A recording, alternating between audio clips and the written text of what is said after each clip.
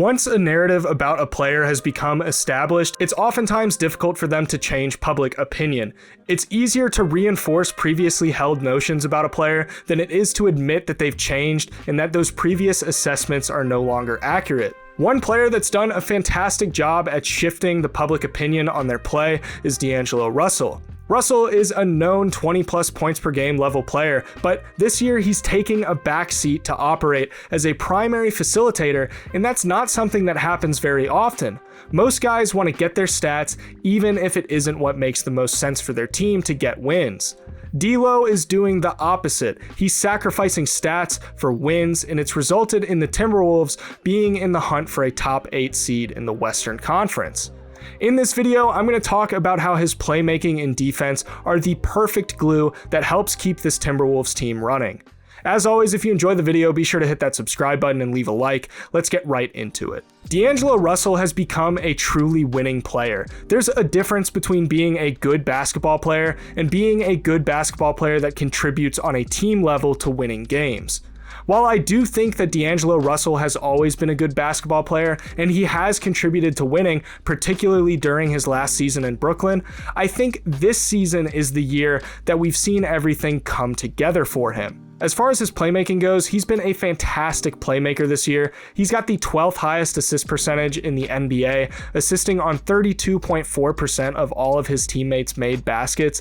He's one of the primary catalysts of their offense, despite not being a primary scoring threat.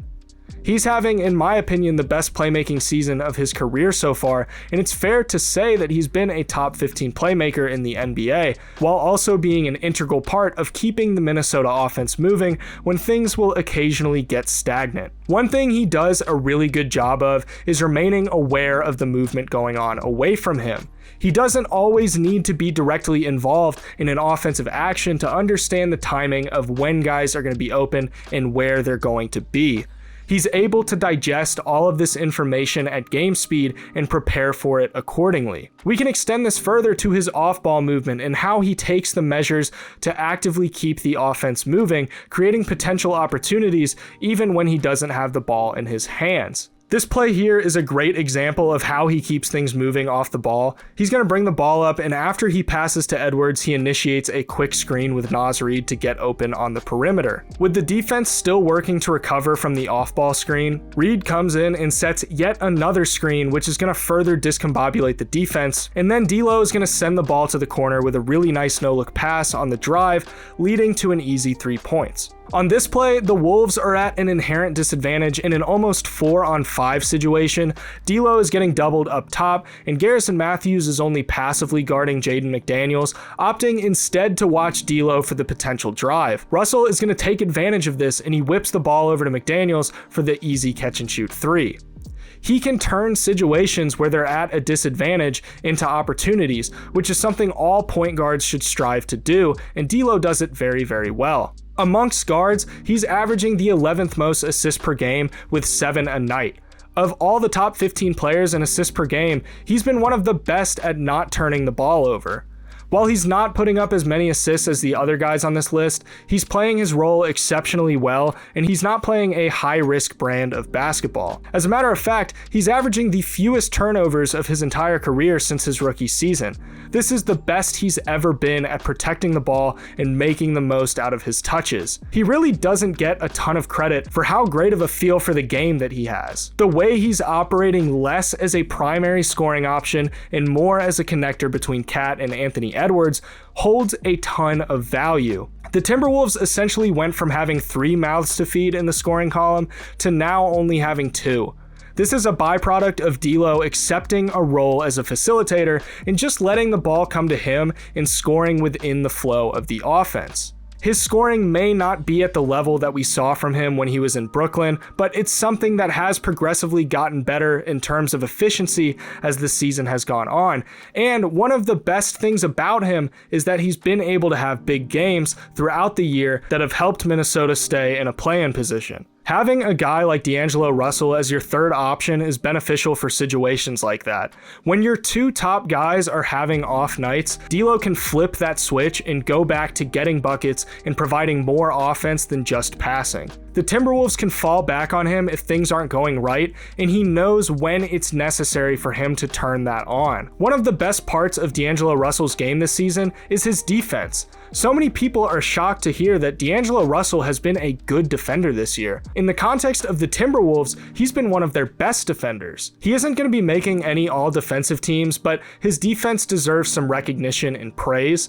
Part of his defensive success this year is partially due to the defensive system that Chris Finch has implemented, but another part of it is simply the fact that D'Lo is putting in a lot more effort on defense this year. He's got good defensive positioning instincts, and he knows how to angle his body to cut off passing lanes, eliminate the drive, and he has quick hands to nab a steal if his matchup is being careless. This play, we can really see that great defensive positioning and instinct. He's out on the perimeter guarding Robinson, and he's aware that Gabe Vincent could be open behind him, so he's going to angle his body in such a way that the pass becomes a lot more difficult. When Robinson tries to make the pass, D'Lo sticks his hand out and he gets the steal, leading to a transition bucket.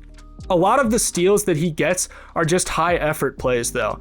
A lot of his success on defense has been coming more from a schematic perspective. I mentioned earlier that the defensive scheme that Chris Finch has implemented has benefited D'Angelo Russell a lot. On a play like this, we can see him playing a really interesting role on defense. Conventional wisdom says that he should follow his man out to the perimeter, but instead he's going to stay more towards the paint, preparing in case of a drive on the other side. Once the ball gets kicked back to the other side of the perimeter, he immediately runs back to guard his man and protect the corner pass, and it also results in some supplementary coverage of the drive. Ultimately, the Wolves are going to get the block. Most of the time he's zoned off in the corner, but he does a ton of switching to guard drivers and provide help defense in half-court settings. He's quick enough that even though he spends a lot of his time pulled into the interior to try and prevent and stop drives, he can still recover when his matchup gets the ball.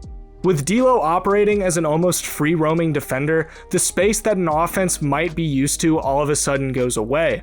This strategy doesn't really work as well when there are multiple shot-creating versatile scoring threats on the floor at once for the opposing team, and really good three-point shooting teams are going to be able to exploit it when D'Lo gets a bit too careless. But as far as helping them scrape together as many wins as possible, this strategy has been able to keep their defense competitive. At a time, their defense was a top 10 defense in the NBA this year, and while they've since fallen out of the top 10, the blueprint is there for a really solid defensive team. So this kind of leads to a broader question. Is D'Angelo Russell a long-term part of the Minnesota Timberwolves going forward? They have him under contract through next season, and then he's going to be eligible for unrestricted free agency. To me, the question is going to be, what kind of contract does he ask for?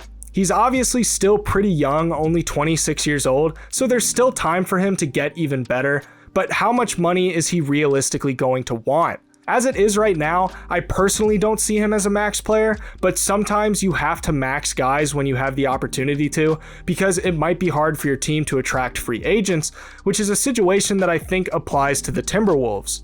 As of right now, they're in no immediate rush. I think the best course of action is to play out this season, see what he looks like over the next year, and then figure it all out next offseason. If Anthony Edwards takes another leap, then a big three of Cat, Anthony Edwards, and D'Lo at their current ages is something a lot of teams are never able to acquire. Letting these guys grow together and building a solid team around them is a really exciting prospect, and who knows where they can be 2 to 3 years from now, especially with their financial situation. So, do you think that D'Angelo Russell is a long-term part of the Timberwolves? What do you think of his role in Minnesota this year? Be sure to let me know in the comments below. If you're new to the channel, don't forget to hit the subscribe button and leave a like on the video, because that's the #1 way to help me out with the YouTube algorithm and get this video recommended to more people. Thank you guys so much for watching, and I will see you in the next one.